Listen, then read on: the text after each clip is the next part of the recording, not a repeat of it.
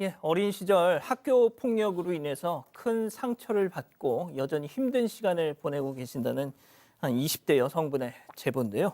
자, 최영진 평론가님 어떤 일이 있었던 건지 설명을 좀 해주시죠. 네, 올해 25살이 된 제보자 충남의 한 소도시에서 자랐는데 초등학생 때부터 고등학생 때까지 학교 폭력을 당한 겁니다. 이어서 고등학교 졸업하면서 타 지역으로 떠났고 주변에 좋은 사람들이 많이 생기면서 예전보다 잘 지내고 있습니다만 그 여전히 이 과거의 아픈 기억들, 큰 상처로 남아 있다고 합니다. 또 부모님은 아직 그 도시에 살고 있는데 혹시라도 이제 부모님 댁에 갔다가 자신을 괴롭혔던 그 가해자와 마주칠까 봐 두려운 마음에 부모님도 잘 찾아뵙지 못한다고 합니다. 예, 워낙 소도시다 보니까 초등학교 때 동창들이 중학교에서 가서 또 만나게 되고 고등학교 가서 또 계속 보게 되고 그러면서 계속 시달렸던 겁니다. 자, 그럼 학창 시절 무슨 일이 있었던 건지 직접 제보자에게 들어보시죠. 지나가다가 이제 친구들끼리 저 붙잡고 이제 브레이지어 뒤에 후크를 푼다던가 그리고 방이라고 유리를 주먹으로 세게 막 몇 번 때리고 도망가고 이제 또 눈 마주치면 막 지나가다가 복도에서 어깨빵하고 막 밀치고 욕하고 그래가지고 제가 이제 선생님한테 말씀을 드렸었어요. 선생님이 그래도 제대로 혼내보겠다고 진술서 쓰고 이랬던 적도 있거든요. 저도 이분과 통화를 했는데 교수님, 그 중학교 때 그 트라우마가 제일 심하시더라고요. 네, 아무래도 중학교 때 제일 예민할 때고 또 아이들도 학폭도 가장 심할 때라서 중학교 때 기억이 제일 많이 남는 것 같습니다. 그런데 그 기간이 상당히 오랫동안 지속이 된 학폭이라 굉장히 지금 마음이 괴로우실 것 같아요. 이 제보자에 따르면 중학교에 입학해서 이유 없이 이제 왕따를 당하기 시작했어요. 괴롭힘을 당했는데 그중에서 주도적으로 제보자를 괴롭힌 한 여학생이 있었는데요. 그 여학생은 초등학교 6학년 때 제보자의 SNS에 와서 악플을 달고 조롱하고 이렇게 제보자를 괴롭혔다고 합니다. 그런데 같은 중학교에 입학을 하게 된 거예요. 그런데 입학하면서부터 이 가해자는 다른 친구들과 함께 제보자를 괴롭히기 시작했습니다. 그리고 또 XX빵 이러면서 제보자의 중요 부위를 주먹으로 자주 때렸다고 해요. 그리고 이렇게 한 명이 막 주도적으로 괴롭히니까 그냥 다른 아이들도 같이 가담을 해서 이 제보자를 괴롭히고 조롱하는 게 마치 당연한 일처럼 느껴졌대요. 이 정도가 상당히 심해졌는데요. 학교 옥상에서 여러 명한테 집단 폭행을 당한 뒤에 이 옥상에서 뛰어내려라 이런 얘기를 듣기도 했대요. 또 다른 학교 선배들이 불러내서 집단 폭행을 하고 제보자의 휴대전화를 박살낸 적도 있었다고 합니다.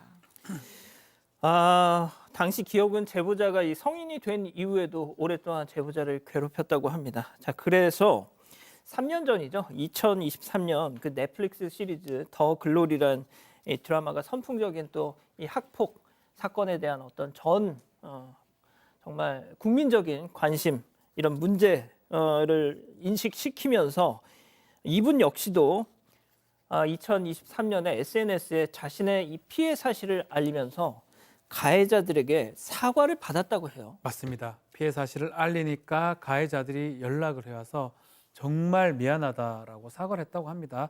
사과를 받으니까 이 제보자 입장에서는 마음이 좀 많이 편해졌다라고 하고요.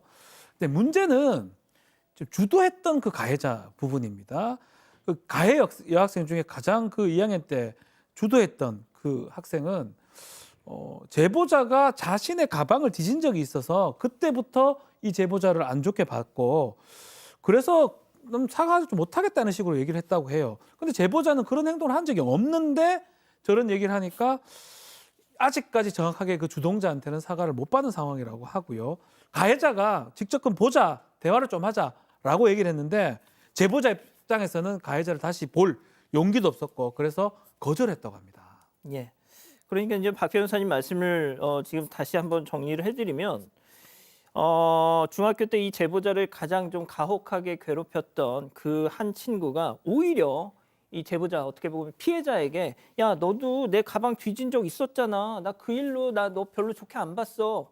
어떻게 보면 원인 제공을 한 듯한 그 책임을 피해자에게 이렇게 떠넘기는 듯한 이런 말을 하더라는 겁니다. 이분의 주장입니다만. 자, 그러다가 지난해 크리스마스에 이 제보자는 뜻밖의 소식을 들었다고 합니다. 체크포인트 짚어보죠. 결혼 소식, 누구의 결혼 소식이었을까요? 제보자 얘기 들어보시죠. 이번에 결혼 소식을 좀 어떻게 듣게 돼가지고 예빈 친구한테 연락을 해서 저한테 사과할 생각 없는지 좀 물어봐주면 안 되겠냐? 둘이 해결해야지 저한테 이러실 필요 없을 것 같다. 그렇게 빠지고서 네, 제가 직접 전화했어요. 일진 무리들을 좀 결정을 해가지고 여럿이서 좀 많이 괴롭혔어요. 10명 됐던 걸로 기억하거든요. 뭐 괴롭힘을 당했다는 얘기죠? 내가 대신 미안하네 진짜. 얘기 들어보니까 아줌마가 사과할게요. 충분히 이해하고 내가 진짜 무릎 꿇고 빌고 싶다. 에이구 참 안타까워 죽겠네. 미안해요. 자, 이게 어떤 상황이면 이 결혼 소식을 듣고 이 제보자께서 이 가해자 그 당시 친구의 예비 시어머니한테 연락을 한 겁니다. 물어서.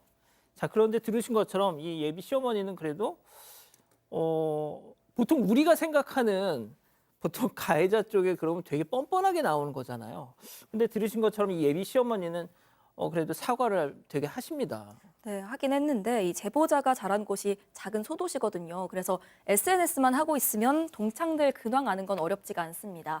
그래서 이 가해자가 동향의 다른 남성과 연애 중이라는 사실은 알고 있었는데 어느 날 보니까 남성 쪽 SNS에 웨딩 사진이 올라온 겁니다. 이 제보자는 그걸 보고 이 남자는 자신의 예비 신부가 학폭 주동자였다는 사실 알까? 나는 여전히 그때 일로 힘든데 얘는 결혼까지 하는구나 싶었다고 합니다. 용기 내서 남성 쪽에다 연락을 했습니다. 왜냐하면 가해자한테는 진작에 차단을 당해서 따로 연락을 할 수 없었거든요. 그래서 남성한테 이 두 사람 결혼하는 게 맞는지 가해자한테 사과할 생각 없는지 물어봐 줄 수 있냐 이런 부탁도 함께 했습니다. 그런데 남성은 둘 문제는 둘이서 해결하는 게 좋겠다 말하고는 오히려 본인도 제보자 SNS를 차단해버렸습니다. 그래서 결국 가해자의 예비 시어머니에게까지 전화를 하고 만 거였고요. 이 가해자 거요? 예비 시어머니는 제보자 얘기를 듣더니 깜짝 놀라면서 내가 미안하다, 무릎 꿇고 빌고 싶다. 제보자한테 사과했고 그렇게 통화를 마쳤습니다. 자, 그 예비 시어머니가 뭐 아마도 야, 그런 전화를 내가 받았다라고 하지 않았을까 생각해요. 왜냐? 가해자에게 연락이 왔다면서요. 그 뒤로. 그렇습니다. 그 예비 시어머니하고 통화하고 이틀 뒤에 가해자가 연락을 한 겁니다. 가해자는 내가 정말 사과하는 부분이 있다면 알려줬으면 좋겠다. 다만 그때는 우리가 서로 사이가 안 좋았고 너와 만나서 대화를 나누고 싶은 마음이 크다. 이렇게 전했고요. 제보자는 2년 전과 마찬가지로 만나는 건 조금 어려울 것 같다라고 거절했습니다. 이후 제보자는 우리 서로 사이가 안 좋았던 관계가 아니다. 나는 장기간 집단 따돌림과 학교 폭력의 피해자였고 누군가 나에 대해 어떤 말을 전했다고 하더라도 그게 나를 폭행하고 성적인 모욕을 하고 지속적으로 괴롭힌 행동을 정당화할 수 없다. 그 부분에 대해서 지금까지 단 한 번도 뭐 사과를 받거나 그런 것이 없다. 그 부분이 가장 원망스럽고 가슴이 아프다 이렇게 전했습니다.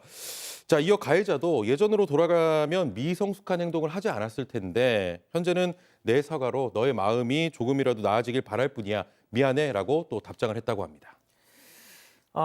교수님 일단 저희가 지금 계속 가해 학생이라고 가해자라고 칭하는 그 친구도 뭐 사과를 하긴 했어요. 그 시어머니와의 통화 이후에 연락을 해서.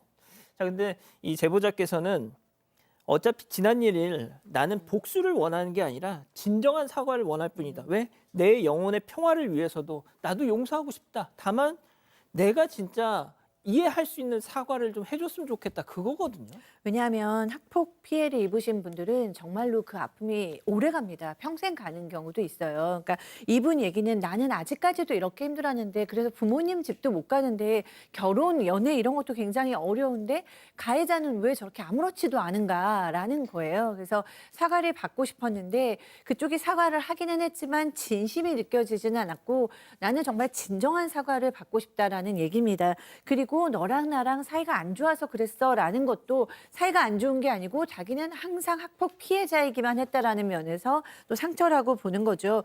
많은 피해자들이 이렇게 공론화하면서 하는 얘기는 똑같습니다. 나는 지금도 고통스럽고 또 이런 고통을 받는 사람이 앞으로는 안 나왔으면 좋겠다. 그래서 제보한다라고 밝히셨습니다. 기다리고 있습니다. 사건 반장에 제보해 주십시오.